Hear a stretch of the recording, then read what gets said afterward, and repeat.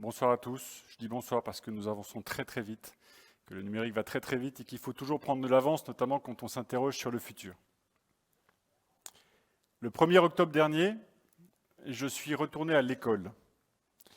Et qu'est-ce que c'est qu'une école? Une école, c'est un lieu où des étudiantes et des étudiants se préparent à répondre aux questions que nous nous posons aujourd'hui et se préparent à y apporter les réponses. La question que j'ai choisi de traiter est une question difficile. Et au fond, en réfléchissant personnellement, j'aurais aimé vous répondre la chose suivante. L'industrie du futur nous rendra-t-elle fainéants ou superflus? Je ne sais pas. Vous auriez pu dire à ce moment-là que cette réponse était un peu fainéante, et vous auriez probablement raison. Et en réfléchissant un peu plus, je me suis aperçu en creusant que cette question n'est pas nouvelle. Elle s'est posée à chacune des trois révolutions industrielles que nous avons connues. Que ce soit la révolution du charbon et de l'acier, qui au passage nous a donné, grâce ou à cause de Jules Ferry, un modèle d'enseignement qui est toujours aujourd'hui formaté sur la livraison d'un cours par matière d'1 heure de durée à des groupes de 30 élèves, que ce soit la révolution du pétrole et de l'électricité qui nous a donné la consommation de masse et les médias de masse, que ce soit la révolution numérique qui est achevée, mais dont nous n'avons toujours pas complètement pris la mesure des effets, à chaque fois cette question s'est posée. Ces révolutions vont-elles nous rendre nécessaires ou superflus? Et à chaque fois, nous avons essayé de nous projeter, de nous façonner collectivement des représentations pour essayer de deviner comment ces révolutions allaient changer nos avenirs et la génération existante et celle qui venait. Et on s'est projeté parfois très loin et parfois en faisant des erreurs. Cette phrase est tirée du guide Michelin de 1900 qui anticipe déjà le véhicule électrique et la question de ces infrastructures de recharge, et on voit très bien qu'ils ne sont pas complètement sûrs de ce qu'ils pourront annoncer à leurs lecteurs pour l'année 1901. Puisque si vous arrivez à voir ce qui est écrit, le texte était de mauvaise qualité, il a fallu le retravailler un peu. Ils ne sont pas totalement certains de pouvoir être en mesure d'indiquer aux automobilistes l'emplacement des prochaines bornes de recharge. Il a fallu un peu plus d'1 siècle pour qu'on commence tout doucement à y parvenir. La deuxième représentation de ce que l'industrie du futur allait permettre en termes de libération de la personne, en termes de libération du consommateur, et donc en termes de fainéantise ou de loisir, et éventuellement de devenir superflu, on la doit aux années 50, où là vous avez une illustration dans un magazine américain de ce qu'est déjà le véhicule autonome qui roule tout seul sur sa ligne. Ce véhicule est électrique et vous voyez bien qu'à bord, on est passé à l'industrie des loisirs. La difficulté, en 2021, on y est toujours. On est maintenant en train de rêver de robots, on est en train de rêver de machines qui vont être capables de nous assister dans nos vies quotidiennes. On en rêve tellement que certains ont commencé à essayer d'endosser leur costume. Et qu'il est étonnant de voir que partout, de la réalité à la représentation future, le blanc domine.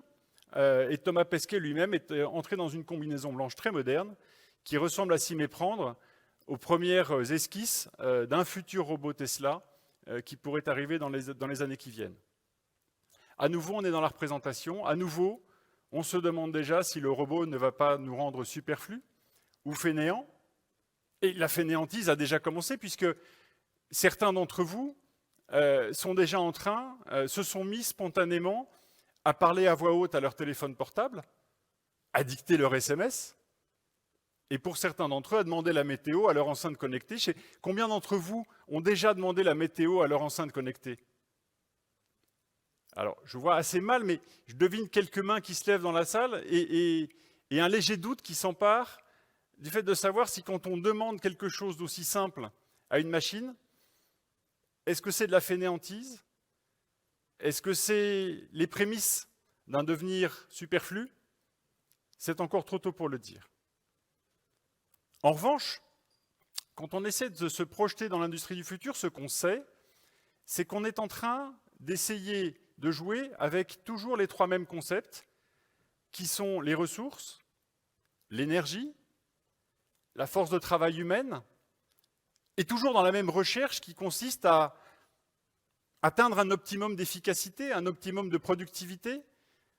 Dans l'industrie numérique, les gens parlent de scalabilité, c'est-à-dire de coûts fixes les plus faibles possibles et de rendement croissant, donc de coût marginal nul à chaque unité supplémentaire ajoutée.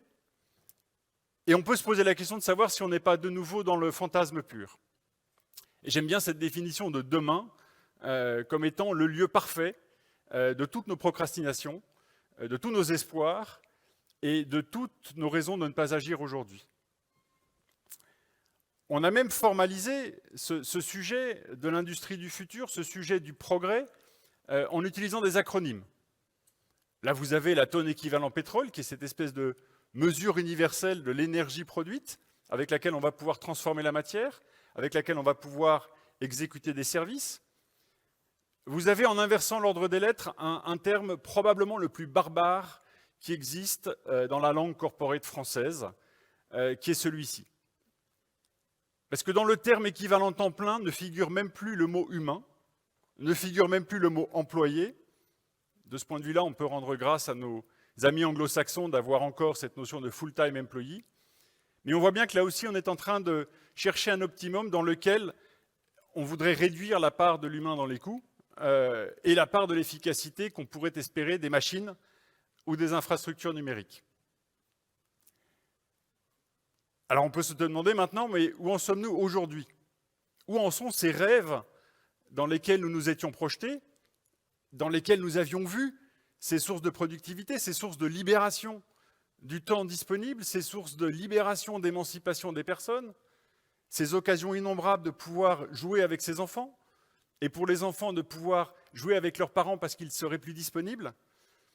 Et force est de constater que dans tous nos rêves, toutes nos projections, tous nos imaginaires, on a accouché de Twitter. Et on a accouché de la plus formidable machine à polariser et à diviser nos sociétés et à faire d'une certaine manière exploser la violence de nos propos et l'absence de toute réflexion dans la manière dont nous nous exprimons.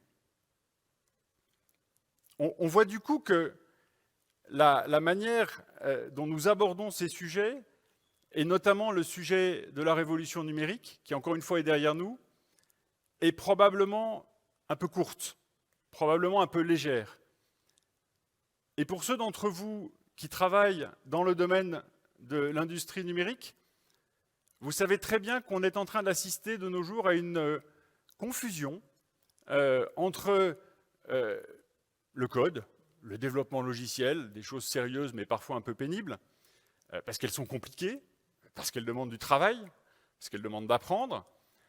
Et puis on a vu apparaître plus récemment des projets de formation beaucoup plus courts qui vous promettent de devenir développeur full stack en l'espace de quelques mois. Et puis, ces derniers temps, arrive le miracle du no-code. Le no-code, c'est formidable, vous n'avez pas besoin de faire d'efforts, ça marche tout seul. Vous pouvez donc à la fois être fainéant, mais vous devriez vous demander si vous n'allez pas devenir superflu. Parce que tout ce qui est automatisable, tout ce qui vous est proposé pour faire les choses plus vite sans avoir à réfléchir, s'appuie encore et toujours sur des infrastructures sous-jacentes. Dans le monde numérique, on appelle ça les API, Application Programming Interfaces, pour ceux qui parlent anglais. Mais il faut bien se rendre compte qu'à chaque fois que vous faites appel à une API, à chaque fois que vous invoquez, vous utilisez une infrastructure sous-jacente pour développer plus vite, plus facilement ce que vous avez à faire, à chaque fois, vous renforcez ceux qui produisent, qui mettent à votre disposition cette infrastructure. D'autre part, vous vous rendez dépendant des évolutions futures de cette infrastructure parce que subitement, tout ce sur quoi reposait votre château, toutes vos fondations sont menacées de s'écrouler ou du moins d'être remplacées sans nécessairement que vous soyez prévenu ou sans que vous ayez les moyens d'anticiper ce que ça implique pour vous, puisque précisément, vous avez délégué à d'autres la complexité dont vous ne vouliez plus vous occuper. La question à ce moment-là qu'on peut se poser, c'est de savoir si c'est grave. Ça ne l'est pas nécessairement. Mais la question que vous devriez vous poser si vous êtes chef d'entreprise systématiquement, c'est ai-je demandé à mon directeur technique si le choix que j'étais en train de faire était grave ou pas? Et ne pas se poser la question de si c'est grave, ça revient à consentir à des dépendances dont certaines seront irréversibles. Alors du coup, quel est le rapport entre la fainéantise et la superfluidité? Eh bien, on peut se poser la question. On peut se poser la question parce que dans la société dans laquelle nous vivons aujourd'hui, et dans laquelle tout est censé devenir facile, et de plus en plus facile, y compris pour ceux qui font, il reste un point essentiel, c'est que le temps que vous avez dégagé, le temps de fainéantise que vous avez récupéré pour vous, soit un temps de consommation. La question qu'on peut donc se poser, c'est un fainéant est-il un superflu qui s'ignore? Et la réponse qu'on espérerait tous, c'est oui pourvu qu'il consomme. Est-ce que ça tient? Ça n'est pas sûr. Ça n'est pas sûr parce que quand on raisonne de cette manière-là, quand on cherche d'un côté l'efficacité maximale et de l'autre les opportunités de consommation maximale, on est en train d'oublier ce qui se passe au lieu même où se télescopent le futur et le passé, qui est le présent. Dans le présent se condensent absolument tous les enjeux auxquels nous faisons face aujourd'hui. C'est le lieu de la présence, c'est le lieu de la présence à l'autre, et de manière très bizarre, c'est un lieu dans lequel il n'y a pas d'efficacité possible. Lorsque vous prenez soin de quelqu'un, lorsque vous prenez soin de votre grand-mère, vous êtes avec elle. Vous ne pouvez pas être avec deux personnes à la fois. Vous ne pouvez pas consoler deux personnes à la fois. Et j'oserais dire, pour ceux d'entre vous qui ont perdu un proche récemment, vous ne pouvez tenir la main d'un mourant qu'une main à la fois. Et pour moi, c'est l'enjeu fondamental de l'éducation des étudiantes et des étudiants qui vont faire ce monde de demain, qui vont construire notre futur, qui vont essayer de nous rendre plus libres sans nécessairement nous rendre totalement fainéants, qui vont éviter de nous rendre superflus parce que, comme vous l'avez pu le constater lors de cette pandémie dans laquelle nous sommes toujours, jamais le besoin de soignants, jamais le besoin d'aidants n'a été aussi criant.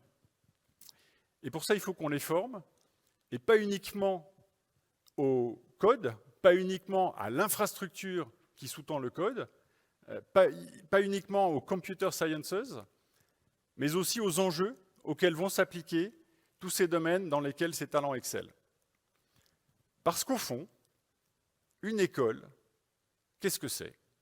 C'est un lieu où vous accueillez des talents, et c'est un lieu dans lequel vous avez le devoir de les amplifier pour leur permettre à leur tour de construire ce monde dans lequel nous n'arrivons plus à nous projeter, mais qu'eux vont rendre possible, surtout s'il est nécessaire. Et c'est pourquoi, le 1er octobre dernier, je suis retourné à l'école.